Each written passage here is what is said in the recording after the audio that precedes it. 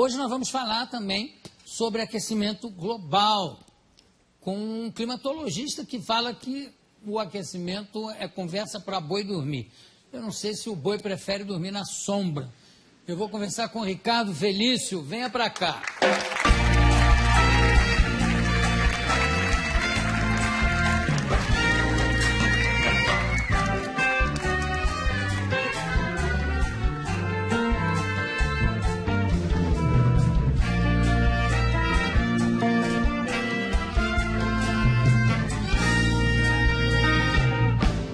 Bom, você é professor do Departamento de Geografia da USP. E o que é que você estuda especificamente? Climatologia, é isso? Climatologia antártica, do continente antártico, já há 20 anos. É só do continente antártico? É a minha especialidade, mas o resto também. Sim, não. Não tem como separar. Claro. E você esteve na Antártida algumas vezes? 2 vezes já. O que você acha das teorias de que o aquecimento global está derretendo o gelo do continente? Começa que já nem é uma teoria, é só uma hipótese. Então ela não carece de prova científica. Então é isso que é o pior. Você tá... Não carece de prova? Não tem prova científica do aquecimento global. São 26 anos, na verdade são 3.000 anos que essa história já existe. Nossos pesquisadores da equipe da Climagel já foram buscando essa informação. Já se discutiu isso nas ágoras das póleis gregas. Se cortasse árvore ia mudar o clima do planeta. Na Grécia Antiga já se discutiu? No Senado Romano se faria ou não os aquedutos porque ia mudar o clima. E por aí foi. Até hoje nós estamos com essa historinha, a mesma coisa. O clima vai mudar, o homem mexe no planeta, não sei o quê, e não mexe nada. Mas é engraçado, tem relatos de uma civilização, não sei se é a Inca ou se é Azteca, aonde eles iam cortando florestas para usar essa madeira, inclusive para queimar essa madeira, com aquecimento, etc.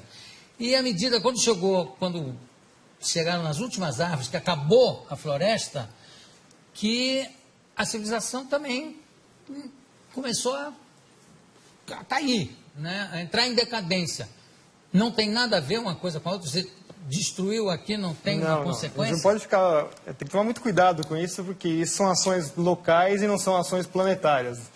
Mas no local funciona. Mesmo assim, a alteração é muito pequenininha. A cidade de São Paulo faz o seu microclima, por exemplo. Assim não. E aí o clima global é outra coisa. Mas o discurso desse pessoal é que a cidade altera o clima do planeta.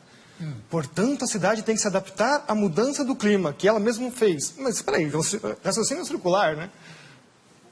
Agora, como é que é? Quer dizer que a água não está... O gelo não está derretendo lá? Não, o gelo derrete e congela de novo. Tem os seus ciclos, Isso já é muito conhecido desde o final da Segunda Guerra Mundial. Primeiro que o próprio cenário de guerra era o cenário polar, A gente está acostumado a sempre ver o mundo no planisfério. Acha que os Estados Unidos estão de um lado de cá, a Rússia está do outro lado, eles vão se matar por mísseis por cima do Atlântico, Não, eles vão se matar em cima do polo, Claro. Na verdade, eles estão pertinhos um do outro, Então, o conhecimento do gelo, já na época militar, já é muito difundido. Então, o próprio Ano Geofísico Internacional, 1957 até 58, estendido até 59, a primeira missão dos americanos foi atravessar o polo e, inclusive, colocar um submarino nuclear no polo. Embaixo da Isso, calota. exatamente. Primeiro foi o submarino Nautilus, que conseguiu, em 57, atravessar o polo todo. E o submarino Skate, ele conseguiu furar o gelo, quer dizer, eles já sabiam exatamente aonde estão as políneas, que são as aberturas do gelo do Ártico, para poder colocar a arma de guerra lá. Então o clima e militarismo está sempre andando junto, Tudo está andando junto com o militarismo. Como é que é o negócio do nível do mar? Não está subindo ano? Não, o nível do mar continua no mesmo lugar. Mas tem esse papo? Tem essa história também. As calotas estão derretendo. Não. Primeiro que se fosse derreter alguma coisa, teria que ser a Antártida. Então, aí sim você teria uma elevação do nível considerável. Mas para derreter a Antártida, cá para nós, você tem que ter uma temperatura na Terra, assim, uns 20 ou 30 graus, muito mais elevado. Sim, mas a medição do nível do mar? Está subindo? Não, ele tem Como é que pequenas variações. Por exemplo, só o El Niño, que é um fenômeno completamente natural, varia o mar meio metro. E aí, os piores cenários do IPCC, que é o painel intergovernamental para a mudança do clima, né? O pior cenário deles é 50 centímetros. Em quanto tempo? Em 100 anos. Mas não tem uma medição feita pelo Capitão Cook? Tem. Tá, De quando é? Acho que 1780, mais ou menos. E de lá para cá? No mesmo lugar. O nível do mar está no mesmo lugar. Então, que alívio que você me dá. Isso, nossa. Não, tem uma situação mais engraçada. Que eu fui fechar minha conta num banco que se diz sustentável, essas coisas, eu odeio essa história, né? E, não, mas o senhor faz o quê? Eu sou professor de climatologia. O mundo vai acabar?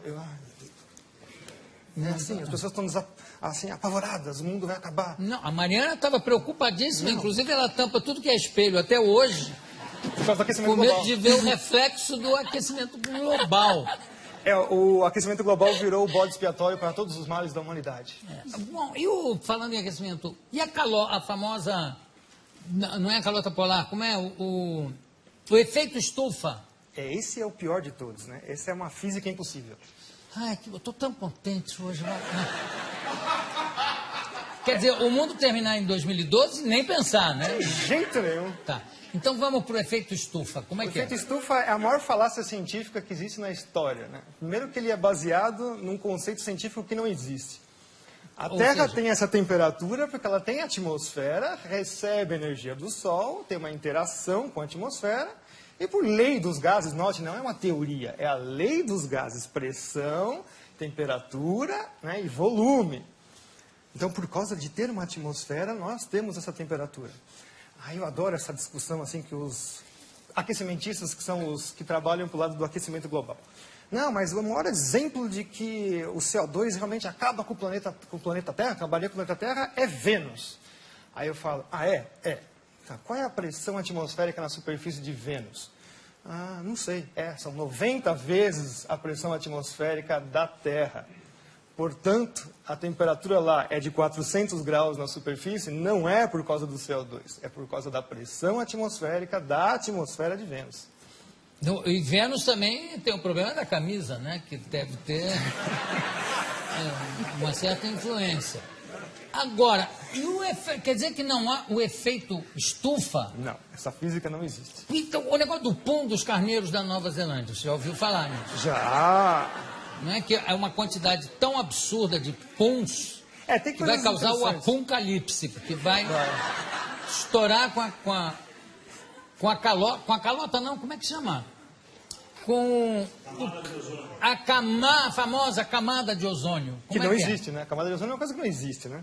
Não existe? Não. Meu Deus, que alívio que eu estou hoje. Quer dizer que o carneiro pode dar pum à vontade. Eu sei que tem fazendeiros ensinando o carneiro a se segurar. Pode soltar. A história do ozônio é conhecida como, né, nos cientistas sérios, não esses aí que estão aí vendidos chapa branca, que a gente chama, né? Trabalham para governos, empresas, etc. E tal. Cientistas sérios, o próprio pai da coisa é o Dobson, que no Ano Geofísico Internacional se propôs a ir para a Antártica justamente para saber qual era a variação do ozônio na calota polar. Ele já sabia que o ozônio desaparecia completamente na Antártida. E aí, de lá para cá, os caras desaparecem com essas informações e falam que é o seu desodorante que destrói a camada de ozônio. Nossa! Nunca mais eu pego um sujeito fedendo, que eu brigar com ele para botar um desodorante, Aí, canalha. quando você vai ver o que acontece, é a quebra das patentes dos CFCs, os gases refrigerantes. Então, em 87, começam a terminar as patentes, elas começam a se tornar públicas, você não precisa mais pagar royalties para elas. Então, a indústria toda que detém essas patentes lança um substituto chamado HCFC, que é um organofluorclorado como qualquer outro, mas custa, né, o CFC passa a custar $1,38 o quilo, o outro passa para $38 o quilo. Mas a grande vantagem é que ele não funciona em nenhuma das geladeiras anteriores, ar-condicionado e tudo mais. Então, é extremamente sustentável. Você tem que vender, jogar tudo fora e comprar tudo novo. Hoje, as patentes vencem em 25 anos. Então, o discurso agora é que os HCFCs, milagrosamente, descobriram que ele também faz mal para a camada de ozônio e aquecimento global. Que alívio que a gente sente, né? Não, mas o melhor é o preço, que vai ser o substituto. Que as empresas agora falaram que vão garantir que não vai dar mais problema. Né? $128 o quilo. E também não vão funcionar nos outros equipamentos. Isso tem sempre essa jogada, né? Se vocês perceberem agora, mas não é só trocar o gazinho do refrigerante. Parques industriais inteiros têm que ser trocados, porque existem os sistemas de refrigeração central, caldeiras e tudo mais. Se vocês perceberem agora, todos os produtos estão passando a butano de novo. Os CFCs, quando eles vieram no final dos anos 40, 50, eles vieram justamente para resolver o problema de explosões em fábricas, porque é um gás totalmente inerte, não tem nenhum problema com ele. Então, hoje nós estamos voltando para trás, né? Começo de século XX de novo, por uma mentira que é que esse gazinho destrói a camada de ozônio. Qual é o gás que destrói a camada de ozônio? A hipótese, é uma hipótese de novo antrópica, que nunca foi provada, é que os CFCs, os gases organofluorocorados, conseguem destruir a camada de ozônio. O butano não. O butano está isento disso. Ele fica lá, por enquanto, né? Até alguém arrumar um problema com ele. Tem uma coisa que me chama muita atenção, Ricardo, é que sempre que você vê o anúncio de um fenômeno astronômico, a queda de um meteoro, ou um fenômeno geográfico e físico, sempre é assim, a temperatura chegou a não sei quantos graus, que não acontecia desde 1920. A nevasca que aconteceu esse ano não se via desde 1887. Quer dizer que sempre anteriormente, teve alguma coisa pior? Sim, nossa, muito pior. Pois é, então por que essa coisa catastrófica, né, de achar que a próxima será a pior? Se nunca acontece isso. Os registros paleoclimáticos mostram coisas assim muito piores, tipo o nível do mar subir 50 metros em 100 anos, a temperatura subir em 50 anos 8 graus, e o pessoal está falando que vai subir meio grau em 100. Que isso é piada, isso? Isso é uma piada. Olha, tem gente já querendo fazer pergunta ali na plateia, não é? Pode fazer, faça. Você disse que esse negócio do aquecimento global não tem nada a ver e tal. E, assim, o meu pai, muitas pessoas mais velhas que eu conheço, dizem que São Paulo na década de 60, 70, era tipo, conhecido como a terra da garoa, que era muito frio. E hoje, agora, você pega a época do verão, tá um baita calor, um calor insuportável. O que você pode explicar sobre isso? Isso daí é o efeito do clima no local, né? Então, isso não é um efeito global. O caso da garoa, por exemplo, nós tivemos um trabalho científico feito agora em 2009, 2010, mostrando que nos últimos 3 anos ela voltou com a mesma intensidade dos anos 30, 40. Então, na verdade, também a garoa é um fenômeno cíclico. O que carece hoje em dia muito é a observação. Nós temos pouca observação realmente dos fenômenos climáticos dentro da cidade. A gente até fala que é o clima citadino, na verdade, né? Em geral, nós temos também pouca observação. A partir dos anos 90, fechou-se estações meteorológicas no mundo inteiro. O próprio presidente Collor de Mello fechou diversas estações meteorológicas aqui no Brasil também. Então, a gente carece bastante de informação meteorológica em loco. Satélites medem, mas sempre tem assim um problema de método, enfim, não é uma coisa tão fácil. A influência do desmatamento no clima global? Não existe. Não, infelizmente. Não existe? Não. E no clima local? Mais ou menos. Uma coisa que as pessoas também não sabem... Quer dizer, a Amazônia, então, não é o pulmão do Não, mundo? tem que tomar cuidado. Não, nunca foi. Nunca foi. Nunca foi. Essa teoria já foi derrubada nos anos 80. Já. Não são é nem os a pleura, nada? Não, são os oceanos.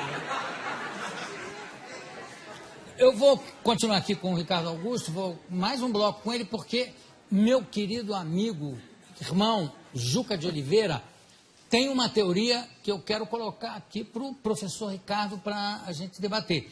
E também eu já vi que tem mais uma pessoa querendo fazer uma pergunta. Então, nós vamos abrir o próximo bloco com a pergunta dessa pessoa. Podemos continuar? O que vocês acham? Sim! Eu também acho. Vamos lá, por favor, Willem. Tenho aqui ao meu lado o professor Ricardo Augusto Felício, climatologista, estamos falando sobre clima. A gente fechou o último bloco falando, para minha desolação, que a Amazônia não é o pulmão do mundo. E não tem influência, o desmatamento não tem influência no clima? Tem que tomar cuidado com isso, porque quando eu falo isso, significa que eu estou autorizando a destruir a floresta. Não, de forma... Mas a gente tem que tomar cuidado, porque o aporte do ambientalismo é esse contra as pessoas que falam, negam a hipótese do aquecimento global. Né? Então, você mistura tudo dentro de um saco de gatos. Você fala, tá vendo? Esse cara está autorizando a gente destruir a floresta. Não, a Amazônia está lá, não é para ser destruída. Aliás, eu acho que nem é possível destruir a Amazônia, porque grande parte dela está plantada embaixo, quer dizer, é embaixo d'água, você para chegar na raiz seria, né? São 6.000 quilômetros desse novo aquífero que descobriram embaixo da Amazônia. Ganha do aquífero Guarani. Recentemente descoberto. Eu não faço ideia do que seja 6.000 quilômetros. Deve ser importantíssimo. Vai ter 6.000 quilômetros. Haja aquífero aí. E o negócio da floresta, como é que é a floresta da chuva? Como é que é? Na verdade, assim, a gente tem que entender que quem manda no planeta são os oceanos. Aí, por acaso, existem continentes. São 3/4 da superfície do planeta com água. Então, a maior parte da troca de massa e energia com a atmosfera é feita com os oceanos. Então, de vez em quando, eles ficam com pena, coitadinho dos continentes, né? Aquela coisinha de nada, joga um pouquinho de água para eles. E se jogar um pouquinho de água para eles, já faz todos os desastres que a gente imagina. Bom, a principal entrada de água para os continentes vem na parte tropical, que são os ventos alísios. Todo mundo já ouviu falar, estudou na escola um monte de vezes isso daí. O próprio Kippen, que é uma das primeiras pessoas que estudou climatologia lá no século XVIII, XIX, né, começando esses estudos, ele falou assim, mas como é que eu vou estudar o clima, que a atmosfera é uma coisa que é invisível, altamente dinâmica e não dá para fazer nada? Bom, ele conseguiu verificar que a vegetação respondia ao clima. Então ele viu assim, olha, gozado, né? Nessa parte toda do planeta, salvo algumas exceções regionais, você tem florestas extremamente virtuosas, imensas, e é justamente onde chove bastante, onde você tem as principais células de trovoadas, né? Os relâmpagos fixam nitrogênio na chuva e, portanto, jogam isso na superfície. Então tem toda uma simbiose aí entre os fenômenos da atmosfera. Então, as florestas, o nome técnico da floresta em inglês, por exemplo, eles chamam rainforest, né? Então, florestas de chuva. A floresta está lá porque chove, não chove porque tem floresta, vocês entenderam? Então, quer dizer que se você cortar, vamos supor, vamos fazer assim um cenário hipotético, já que eles adoram fazer cenários, vamos fazer também. Vamos supor que você tira toda a Amazônia de lá, tira tudo lá, 20 anos depois está tudo de novo nascendo. Tudo de novo nascendo, tudo de novo. Mas leva 20 anos. 20 anos. Que não é nada na história do planeta. Não.